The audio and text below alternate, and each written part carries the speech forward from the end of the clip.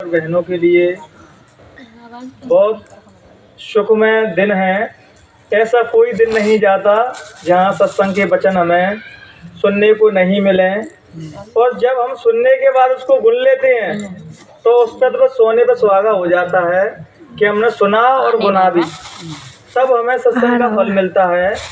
महापुरुषों ने फरमाया है कि अगर सत्संग आपने सुना और अपने जीवन में उतारा तो आपका जीवन यह लोक तो बनता ही है, वो परलोक भी बन जाता है। जैसे ही हम कहीं जाते हैं तो शंका हमारे अंदर बनी रहती है कि गुरु महाराज कहते हैं कि बच्चा जब तक मुझसे जुड़े हो, शंका है तुम्हारे अंदर, तब तक तुम भजन साधना कुछ नहीं कर रहे। सब कुछ गुरु महाराज पर छोड़ दो, जो सोचोगे सब चीज में अच्छाई छुपी हुई है। जब तक हम ये ना देखेंगे कि ये बुरा हो रहा है और ये सही हो रहा है, अरे ये तो अपन जानते हैं कि सही और गलत, लेकिन महात्मा जानते हैं सही। अपन जो जानते हैं ना सही गलत, वो तो झूठा सब, लेकिन जो महात्मा जानते हैं सही और गलत वो सही है। क्योंकि तुम लोग तो बुद्धि तल पर जीते हो, दिन रात खोपड़ी का इस्तेमाल करते रहते हो, इसलिए तुम सही गलत नहीं पहचान पाते। और महात्मा तो भजन करते हैं, इसलिए वो सही और गलत बताते हैं हमें। तो मैं एक महात्मा बुद्ध के जीवन से एक घटना बताने जाऊं। एक पंडित जी थे, तो वो क्या करते थे कि वो गंगा नहा के आ रहे थे तो एक मेढक पे पाँव रख गया उनका। तो वो सोचने लगे मैं तो पवित्र हो गया, तो नहीं चला फिर गंगा में नहाना जाना पड़ेगा। ठंडों का टाइम रहा है, भयंकर ठंड पड़ रही है, जैसे अभी ठंडों का समय है। तो पंडित जी भी गंगा में नहाने लगे। तो महात्मा बुद्ध का वहां से गुजरना हुआ, वहां से निकले। क्या जो सच्चे संत रहते हैं ना, वो क्रिया कांडों में कलापों में नहीं जुड़ने देते। क्या आदमी ठंड में मर रहा है लेकिन तब भी कह रहे नहीं नहाना जरूरी है।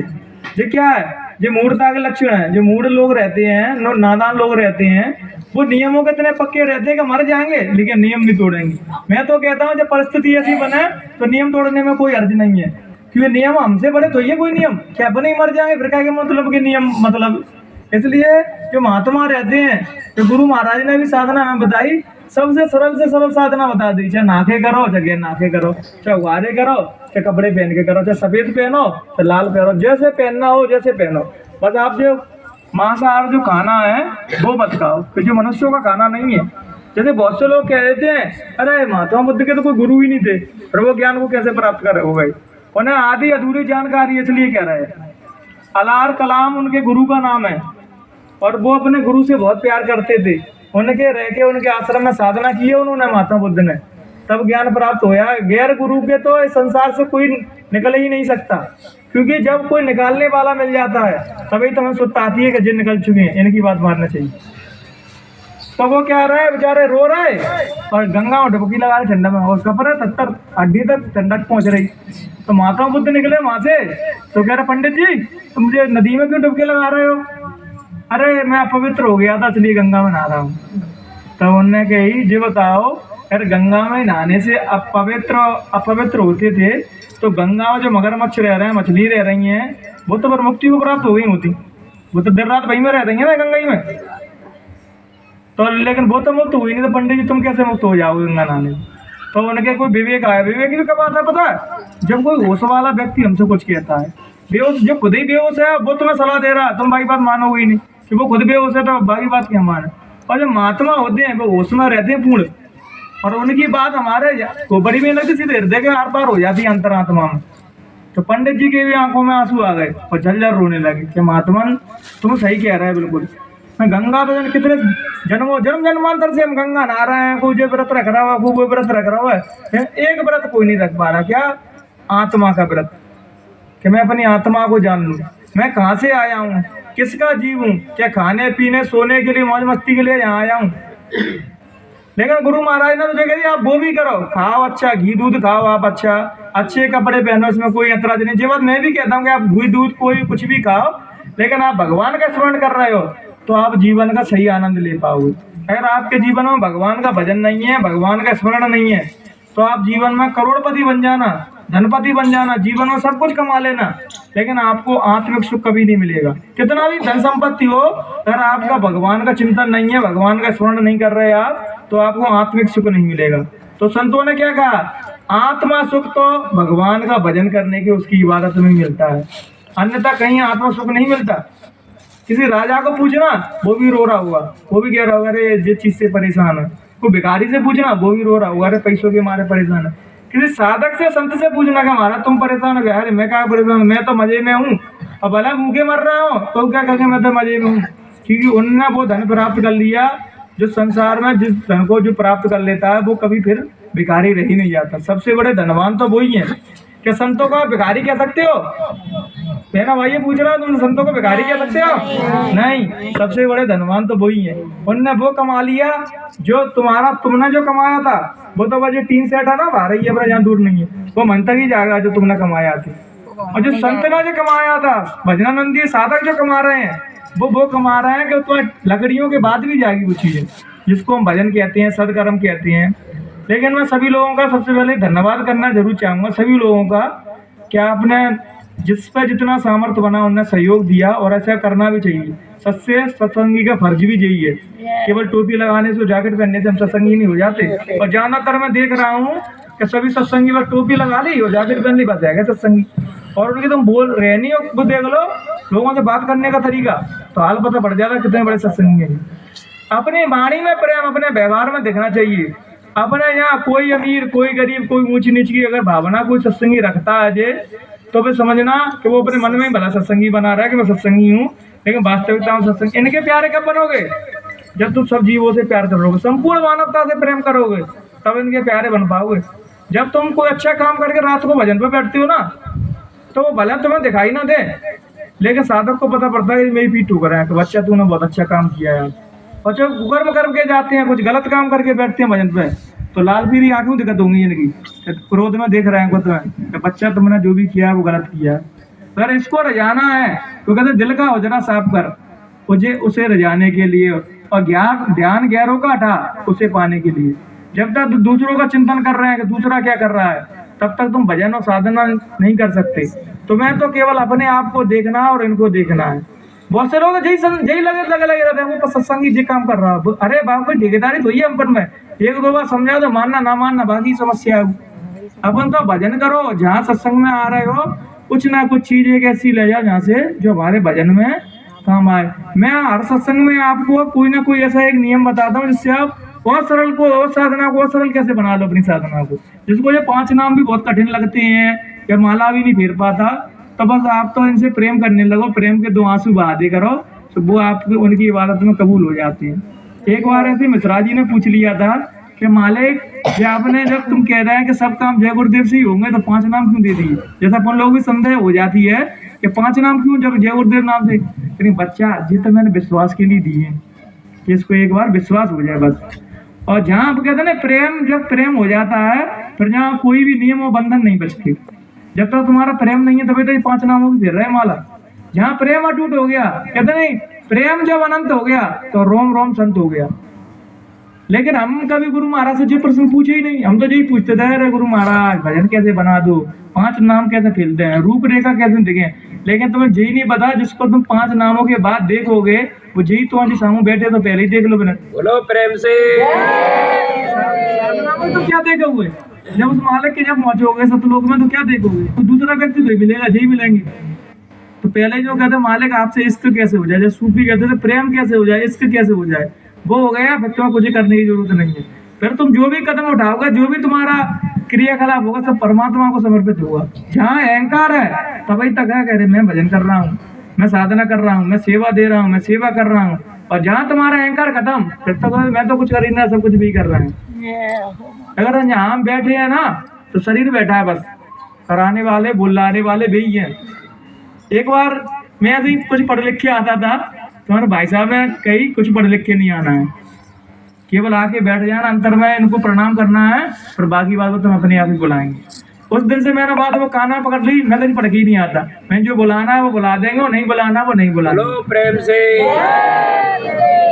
तो ये चीज हम लोग सत्संग में से जाएं तो यार नौजवान बच्चे नहीं आ पाते, हमारे नाती वगैरह बच्चे वगैरह, तो उनको आप खुद ही बिठा रहे अपने घर हैं, तो आप खुद उनसे सत्संग दिया करें। आप जो भी व्यक्ति अपने घर में रहते हो, कोई दादा हो दादी हो, आप अपने बच्चों को घर पे ही आपको जैसा समझ में आ जाए उनको बच्चों को सत्संग दो। आज सत्संग की हमें जरूरत नहीं है, जो नई पीढ़ी आ रही है उनको जरूरत है। 15 साल के बच्चे, 20 साल के बच्चे सिगरेट पी रहे हैं, दारू पी रहे हैं, पुड़ियाँ खा रहे हैं, अपने शरीर को नाश कर रहे हैं, जो शरीर खराब कर रहे हैं और वो भी शरीर खराब कर रहे हैं। तो हम सभी लोगों को, जो मैं आपको विशेष बात बताऊंगा कि आप सभी लोगों को अपने बच्चों के साथ रोज शाम को बैठना है, अपने दादा दादी बन के नहीं, उनके मित्र बन के, कि हम तुम्हारे बेस्ट फ्रेंड हैं। और फिर उनको मालिक की चर्चा प्रेम पूर्वक सुनाओ, आप उनको, उनके अंदर वो प्रेम डालो गुरु महाराज के प्रति, क्योंकि आप तो अब चला चली का दे रहा है, पता नहीं कब किसका बुलावा आ जाए और कब निकल दे ऊपर के लिए। तो हमें आने वाली पीढ़ी को, जो बुरा समय आ रहा है, गुरु महाराज कह गए कि बच्चा, बुरे समय में तुम्हारे भजन के अलावा कोई सुरक्षा कवच नहीं बनेगा। भजन तुम्हारी सुरक्षा रक्षा करेगा जब बुरा समय आ रहा। तो अब बहुत से लोग कहते हैं हम तो सत्संगी है, तो मैं क्या गुरु महाराज के चुन दे? नहीं, सत्संगी तुम कब माने जाओगे? जब उनके बताए रास्ते पे चलोगे, भजन करोगे, तब सच्चा कर्म करोगे तब। ये मत समझना कि मैं सत्संगियों के साथ भला बन जाऊँ, वहाँ सत्संगी नहीं है उनके संग कुकर्म करूँ या गलत काम करूँ। नहीं, उनके संग में मैंने अच्छा व्यवहार करना है, क्योंकि मालिक के बच्चे हैं तो लगना भी तो चाहिए कि मालिक के बच्चे हैं, कि बेसिक कहने बन जाएंगे मालिक के, हम तो मालिक के बच्चे हैं। और साधकों को और भक्तन को जो विशेष ध्यान रखना है, किसी से पैर मेहर नहीं चलवाना है, नहीं कोई सत्संग दिया लगा, क्योंकि लोग का अपन लोग जब सब सीधे सच्चे हैं तो प्रवक्तन के 5 ही लगते हैं, लेकिन नहीं चीना किसी के भी। मैं तो अपने से चलवाता नहीं, किसी को वक्ताओं को पैर नहीं चलवाना चाहिए, क्योंकि एक तो हम भजन ज्यादा कर नहीं पाते और थोड़ा बहुत कर भी लेते हैं, तो कोई पैर छीन गया तो कछु ना कछु तो आशीर्वाद दोगे ना भाई, कि सुखी रहेगा दुखी रहेगा, कछु तो कहोगे बातें। तो वो जो थोड़ा बहुत कमाया वो भी चला गया। इसलिए गुरु महाराज क्या कहते हैं, गुरु महाराज ने 18 घंटे भजन किया और सब कुछ पा गया, तब भी क्या कर रहे, मैं तो सेवादार हूँ। और आज के वक्ता ने बोलने लगा तो कर रहे मैं ही मालिक हूँ। ये समझना है, जिस सेवादार की भक्ति की पहचान नहीं है। भक्ति की पहचान क्या है कि जो जो पग ऊपर को उठेंगे उतना ही वो ब्रह्म बनता जाएगा, छूटा बनता जाएगा। जब गुरु महाराज मंच से क्या कह रहे हैं, मैं सेवादार हूँ, तो अपन कैसे मालिक बन जाएंगे? अपन तो जो बे सेवादार है, हम बिन क्यों ज्यादा सेवादार है, हम बिन के सेवकदार है, तब काम बनेगा। क्यों कहते मैं तो अपने मुर्शिद का चरणों का आशिक हूँ, फिर देखो तुम्हारे सब काम बनेंगे कि नहीं। तो एक शायर बात कह रहे थे कि जो हुस्न वाला व्यक्ति रहता है, जो सुंदर ज्यादा व्यक्ति रहता है, वो परमात्मा से हुस्न मांगता है कि मेरे चेहरे पे और नूर आ जाए और ज्यादा खूबसूरत दिखूं।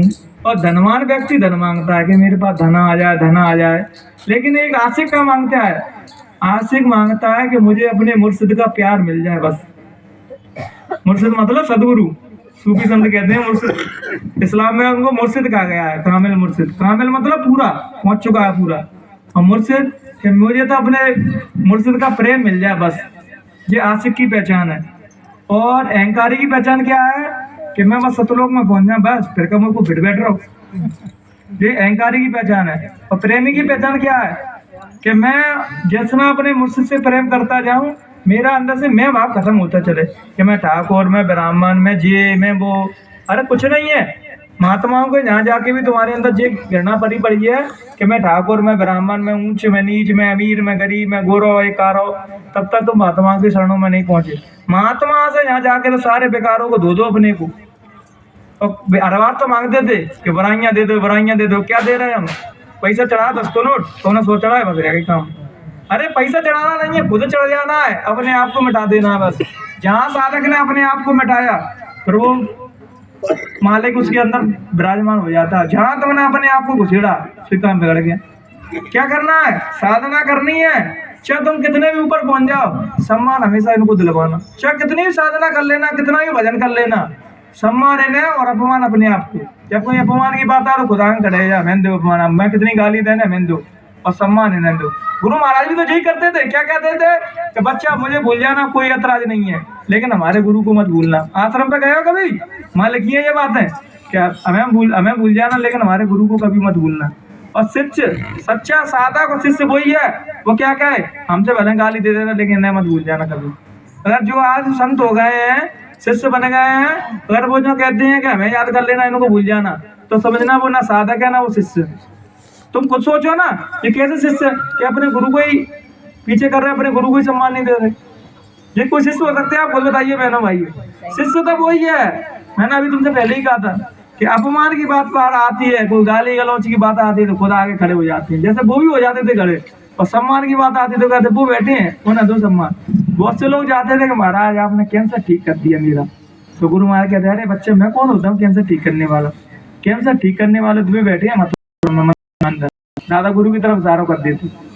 और हम लोग क्या कहते हैं, अगर मैं ना कोई मेरे पास अब आगो तो मैं भजन भजन को रास्ता बता दो तो जो नहीं कहेंगे गुरु महाराज की दया भाई बोलता मैं ना बहन जी के बताओ सही वो ये अहंकार के लक्षण है। और प्रेम के लक्षण क्या है, कोई भी कितनी तारीफ कर रहा है बहन जी है मैं चढ़ा मत, हम तो ये मालिक बताए थे हम तो कह देते हैं कर तो यही रहे सब कुछ और वास्तव में मुर्शिदी तो करते हैं वो, लेकिन भक्तों को किस लिए खड़ा कर देते हैं, माध्यम किस लिए बना देते हैं कि बच्चा तुमने भजन किया है इसलिए तुम्हारा भी थोड़ा नेक होना जरूरी है कि न तुम्हारा भी नाम हो जाए। इसलिए कहते हैं कि तुम मेरा काम करो मैं तुम्हारा नाम तो अपने आप कर दूंगा, जहाँ तुमने अपना नाम गुजरा मेरा नाम है जाए तो कछु नहीं होगा।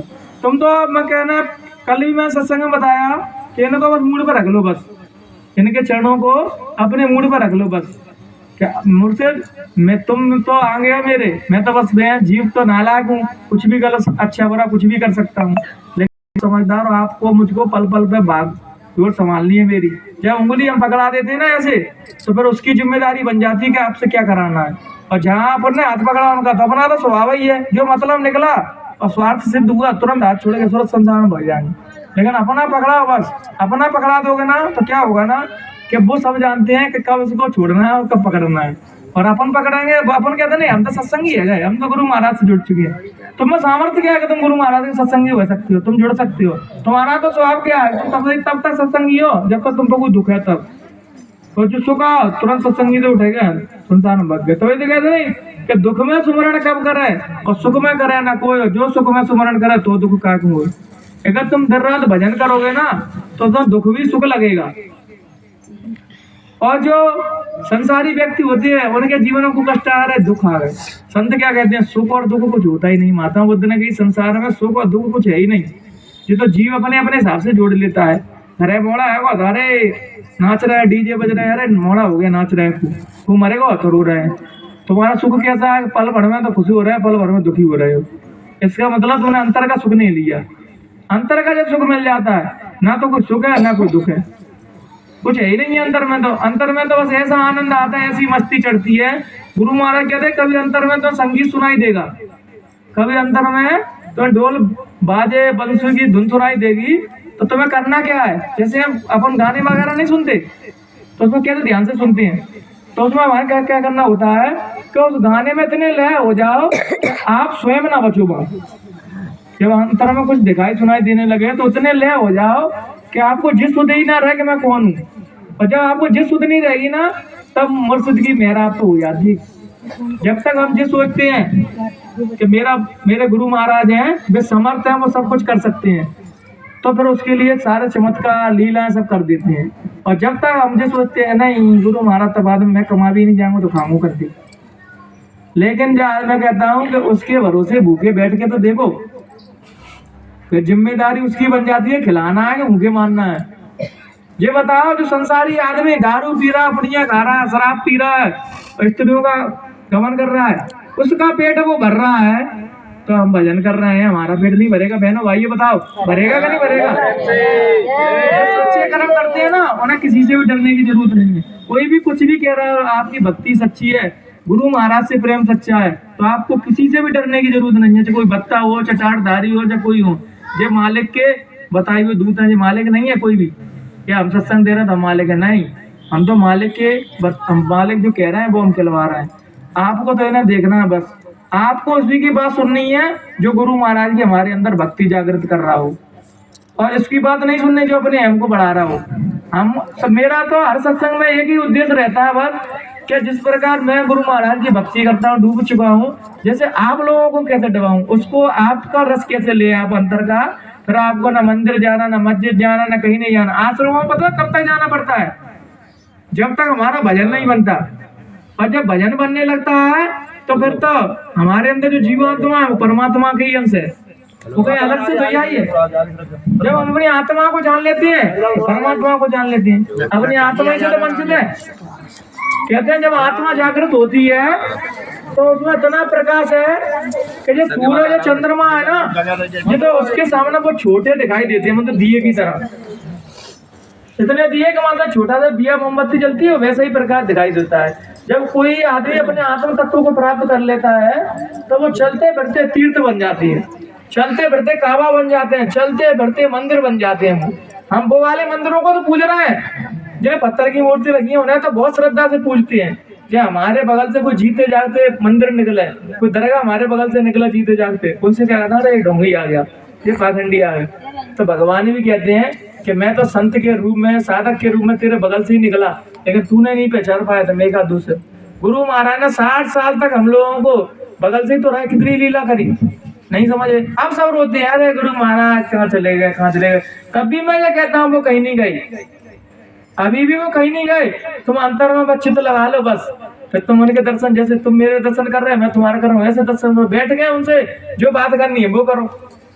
लेकिन हम अंतर में जाते ही नहीं, कोशिश ही नहीं करते, ना जाना है और ना कोशिश करना है।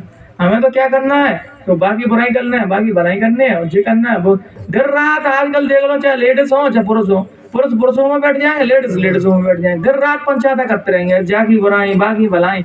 अरे क्या करना है, अगर बैठना ही है तो भगवान की चर्चा करो ना, तो जिससे उसको भी ज्ञान होगा, तुम्हें भी कुछ जानकारी मिलेगी। अगर मुझसे जब तक कोई ज्ञान भजन की बातें करता है, भजन की बातें करता है, तब तक तुम अच्छी लगती है। जैसे संसार की बातें उसे तो अगर बाकी नौकरी लग गई, वो इतना पैसा बार है, उसमें कहते जय गुरुदेव भाई साहब मैं जा रहा हूँ, मुझे काम आए, क्यों मुझे वो चीज पसंद ही नहीं है, ना वो प्राप्त करना है, ना वो रास्ते में जाना है। मुझे तो भजन के रास्ते पे जाना, भजन करना है और लोगों को भजन का रास्ता दिखाना है, बताना है। गुरु महाराज के पैगाम को खुद सुनना है और दूसरे को सुनाना है। पहले खुद भी सुनना है, यहाँ आगे माइक में बैठ के खुद नहीं कर रहा है, दूसरे ने खुद भी करना है। पहले खुद करो, फिर आप दूसरे पे अपने आप चित्र लगेंगे। इसलिए सच्चे मार्ग पर चलो, भगवान का भजन करो। और जो नए युवा पीढ़ी है, आप उनको ब्रह्मचर्य से कहने की जरूरत हो। हमारी जो युवा पीढ़ी है वो ब्रह्मचर्य का पालन नहीं कर पाती। जब तुम ब्रह्मचर्य का पालन ही नहीं कर पा रहे तो चेतना ऊपर उठेगी कैसे। आप तो युवा पीढ़ी को देखते हो, उनको यही नहीं पता कि वो जवान है कि बूढ़े हैं। जैसे आप सभी लोग हो ना, तो आपके चेहरों में फिर भी नहीं गिलवा नहीं, आपके चेहरे फिर भी तेज है। और नौजवान बच्चों को देख लो, बेचारे ऐसे मर रहे हैं कि उनके अंदर मतलब शरीर में शक्ति ही नहीं बची, कि ब्रह्मचर्य का वो छीड़ करते जा रहे हैं। वह बातें करेंगे, अरे सतलोक तक की, ब्रह्म तक की बात। अरे पहले ब्रह्म को साधो तो चेतना तो तभी ऊपर चढ़ेगी तुम्हारी। लेकिन काम वासना में सभी लोग हम ऐसे तृप्त हो रहे हैं, ऐसे ही मस्त हैं, इसके अलावा जीवन में कुछ है ही नहीं। जैसे कि कामी व्यक्ति से पूछो कि संसार का ज्ञान क्या है, वो कहते हैं स्त्रियों को भोगना ही सबसे बड़ा ज्ञान है। स्त्री क्या नहीं, पुरुषों को भोगना सबसे बड़ा ज्ञान है। महात्मा क्या कह रहे हैं, जब अपनी काम ऊर्जा को ऊपर उठाओ, मूलाधार से ऊपर आज्ञा चक्र तक ले जाओ, तब तुम्हें सच्चा सुख मिलेगा। जो बाहर के सुख है ना, ये तो क्षण भंगुर है, बस बुढ़ापे आ जाते हैं, फिर क्यों काम वासना की हमारे अंदर इच्छा खत्म हो जाती है, क्योंकि वो ऊर्जा खत्म तुम्हारे अंदर। जो काम तुम्हें बुढ़ापे में करना चाहिए उसको जवानी में धीरे धीरे साधना चाहिए, फिर बुढ़ापे में अपने आप चीजें सज जाती हैं। और तो जवानी में ही नहीं साध पा रहे, जैसे जब तक कुआरे हो तब तक तो ब्रह्मचर्य का पालन कर सकते हो क्या बहना भाई, कर सकते हो क्या, नहीं कर सकते हैं, लेकिन तब भी नहीं करते। जब भगवान ने सब चीजें सिस्टमेटिकली तरीके से बनाई है, जैसे 22-21 साल तक ब्रह्मचर्य बनाया है, तो सभी लोग ब्रह्मचर्य का पालन करें। जहाँ से तुम जो भी काम कर रहे हो शक्ति होगी तभी तो कोई काम कर पाएंगे। शरीर में शक्ति नहीं है, ना तो भजन कर पाओगे, ना बाहर के काम कर पाओगे, ना अंतर के काम कर पाओगे। तो जवानी किस लिए बनाई, 21-22 साल उम्र, ब्रह्मचर्य का पालन करो। आप जो भी पढ़ाई लिखाई कर रहे हो, शरीर में ऊर्जा होगी तभी तो पैदल चल पाओगे कोचिंग तक, घर आ पाओगे पढ़ लिख के। घर के संसार के कुछ काम कर रहे हैं, भैंसन की शादी कर रहे हैं, शरीर में ताकत होगी तभी तो करोगे बहनों भाइयों। तो ताकत कहाँ से मिलेगी, ब्रह्मचर्य का पालन। ब्रह्मचर्य का जो पालन करता होगा वो सूखी रोटी खाएगा ना, तब भी वो बलवान होगा। और जो ब्रह्मचर्य का पालन नहीं करता होगा वो रोज दूध खाए, तब भी उसके शरीर में कोई बल नहीं होगा। फिर क्या परमात्मा ने क्या सिस्टमेटिकली बनाया, फिर आपकी शादी हो गई। जब आप काम वासना के तैयार हुए तो फिर शादी हो गई, तो क्या स्त्री एक दूसरे से वो काम की एक दूसरे से पूर्ति हो गई। फिर हमें क्या करना है बुढ़ापे में, अब हमें चिंतन करना है कि हमारा आवागमन छूट जाए। भगवान ने, गुरु महाराज ने कभी नहीं कही कि आप संसार का सुख ना लो, सब सुख बताए ना आपको, लेकिन आप सब तरीके से करोगे, सब चीजों को समझोगे, भगवान का चिंतन करते हुए चलोगे तो कोई भी चीज नहीं व्यापेगी आपको। जहाँ आपने भगवान का स्मरण खोया, अपने गुरु को बुला दिया, सुया फंस जाओगे।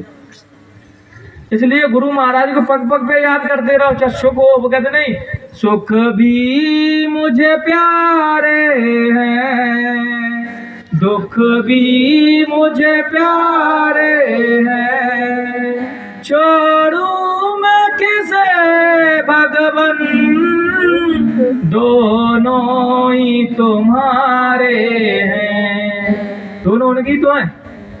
सुख और दुख वही तो देने वाले हैं। कहते हैं सुख में कभी हर्षाओ मत और दुख में कभी उदास मत हो, मतलब दोनों में देखता है। जब जाना हर्षित हो जाते हैं तो दुख दे देता है, और जाना नहीं सह पाते तो सुख दे देता है। लेकिन वो सुख तो किस लिए देता है कि जहाँ ये भी काम कर लो, असली काम तो भजन करके अपने आप को दोबारा नहीं लाना है। अगर सत्संगी बहुत से लोग सोचते हैं नहीं जा जन्म में नहीं तो गुरु महाराज तो कह गए अगले जन्म में तो ही जाने पार। ये बताओ तुम्हारे अंदर ऐसी विचारधारा, तुम तो कोशिश तो करो पूरी के जन्म में जाए, तुम कोशिश ही नहीं कर रहा, तुम्हारे अंदर तो पहले ही मेंटेलिटी बना ले नहीं जा जन्म में नहीं तो गुरु महाराज तो कह रहे मनुष्य शरीर से दिलवाएंगे अगले जन्म में देखेंगे। ऐसे आदमी फिर देखते ही रहता है मैं कबू ना जाता ना जा जन्म में जाए, फिर क्या देंगे अगले जन्म में फिर भूल जाओ जा जन्म की सुत, अगले जन्म में कहते हैं अरे गुरु महाराज कह रहे अगले जन्म में फिर ले जाएंगे। कब लोग कल सत्संग जी सोचते रहते हैं अरे गुरु महाराज कह गया नहीं बनेगा अगले जन्म में ले जाएंगे। फिर अब लोग तुम तो सबका जो जानना है तब भी तुम अगले जन्म की सोच रहे हो, जो जानता नहीं है उससे तो अपन उम्मीद भी रख लेंगे अगले जन्म तक की सोच ले। लेकिन तुम तो सबका जो जानते हो ना कि हमें जय जन्म में कोशिश करना जय जन्म में पार हो जाए, करना है कि नहीं भाइयों बहनों। तो पूरा ध्यान पूरा भजन गुरु महाराज को 1 घंटा आधे घंटा निकालो और गुरु महाराज के लिए रो, क्योंकि भगवान सब कुछ देख सकता है, गुरु तुम्हारा सब कुछ देख सकता है लेकिन तुम्हें रोते हुए नहीं देख सकता। तुमने अगर अपने सत्संगियों में कल आंसू बहाया उस बच्चे के लिए तो यकीन मानना उस बच्चे को कुछ नहीं होगा, मैं गारंटी दे रहा हूँ। उसको कुछ भी हो जाए तो तुम मुझे मार डालो। हृदय से उसके लिए रोए हैं तो मेरा यकीन में आना उसको कुछ नहीं होगा, क्योंकि मालिक के काम है, वो अपने काम चाहिए। और मालिक को बचा अगर उन्हें अपने नाम की लाज रखना तो वो जाना उनका काम जाना।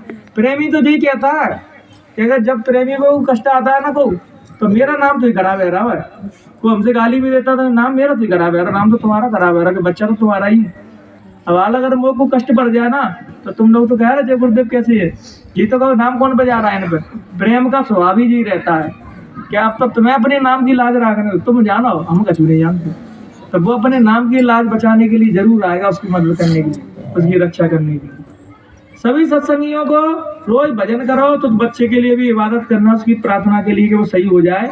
फिर सभी सत्संगियों का कर्तव्य यही है कि हम एक दूसरे के लिए मदद के लिए खड़े हो जाएं, और आप लोगों ने सभी ने वो करके दिखाया भी है, जिसकी जितनी सामर्थ्य सबों ने मदद किया, और ऐसे करना भी चाहिए। हम सच्चे गुरु महाराज ऐसे कर्मों से बहुत खुश होते हैं, स्वार्थी बन के रह जाते हैं नहीं गुरु महाराज तो भजन की क्या ना एक दूसरे की सेवा करके तो क्या मिल रहा है। भजन भी करना है और एक दूसरे की मदद भी करना है। हो सकता है गुरु महाराज ही आए वो आपसे सेवा लेने के लिए, इसलिए हर शकल में उसको देखो, हर व्यक्ति में उसको देखो कि सब जो मालिक के ही बच्चे हैं। अब जो था तो मगर उनके बच्चों को ही सताओगे तो कहीं ना कहीं उन्हें सताना हो गया ना, तो उनके बच्चों को ही सता रहे हो। तो कहते नहीं मत सताओ गरीब को नहीं तो वो रो देगा, और वो रे देगा तो उसका खुदा सुन लेगा तो तुम्हें जड़ से खो देगा। इसलिए किसी लाचार को, किसी गरीब व्यक्ति को, किसी भी दुखी व्यक्ति को सताओ मत, उसे प्रेरणा दो, उसके अंदर और शक्ति भरो कि वो सही रास्ते पे चले। हमें सभी सत्संगियों का यही दायित्व बनता है। वह इन्हीं विचारों के साथ हम अपनी वाणी को यहीं विराम देंगे। अगर मुझसे कहने सुनने में किसी भी प्रकार की त्रुटि रह गई हो तो मैं कोई ज्ञानी नहीं हूँ, ना कोई वक्ता हूँ, ना मुझे कोई ज़्यादा जानकारी है। वो जो गुरु महाराज बुलवाते हैं वो हम बोल देते हैं। जय गुरुदेव।